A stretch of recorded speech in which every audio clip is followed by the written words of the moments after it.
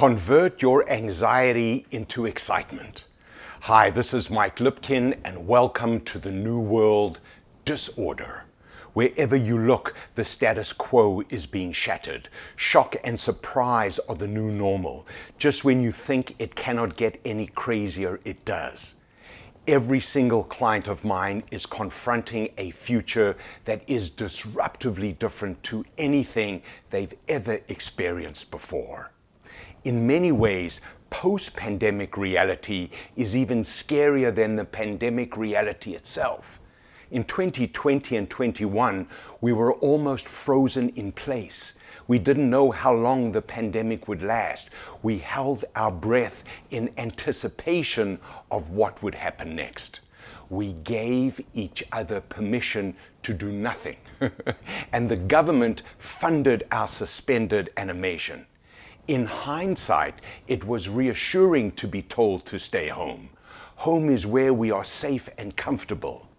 Even when we were struggling with a virtual lifestyle, we were excused from confronting the changing realities. Survival was all we were asked to do. That seems like a lifetime ago. Now we are being thrust into the chaos of cataclysmic change with mind-boggling speed.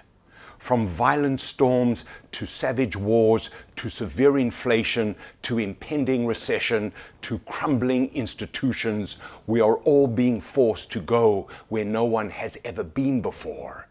Even the icons are tumbling. Did you know that Phantom of the Opera, Broadway's longest-running show, is closing? Despite weekly revenue of almost $1 million, it cannot cover its costs. The Dow Jones Industrial Average has given up all its gains over the past 2 years. It was down 8% in September alone. But mortgage rates are hitting their highest levels since 2008, and so is our collective anxiety.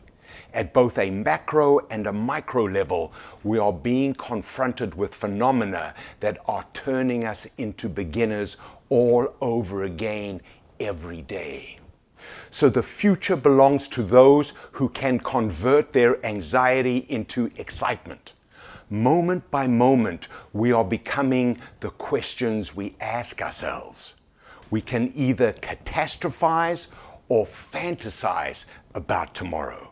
We can imagine the worst or anticipate the best outcome in every situation. It's either a conscious choice or an unconscious capitulation.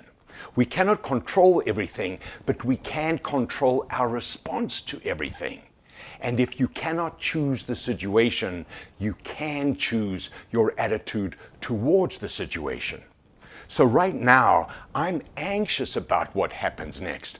I'm anxious about my family, the economy, my business, my next gig, and my relevance to the world.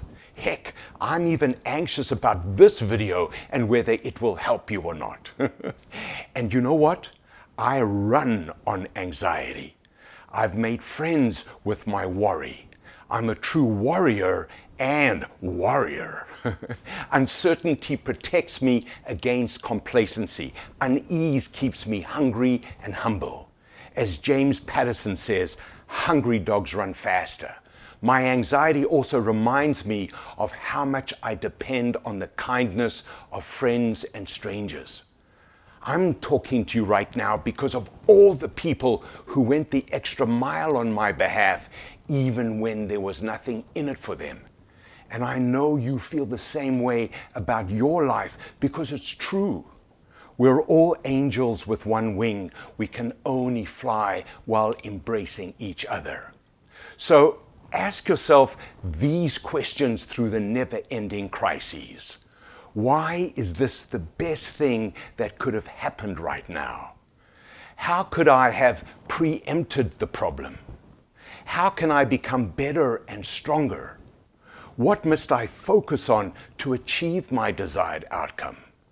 What do I need to let go of? Why will I laugh about this in a month's time? How do I become more valuable to the people who are valuable to me? And how must I show up to relieve other people of their anxiety? So here's Mike Lipkin's secret of success in the New World disorder. Become the source of other people's joy and optimism, and they will literally find more time for you. Train people to expect you to be always on for them.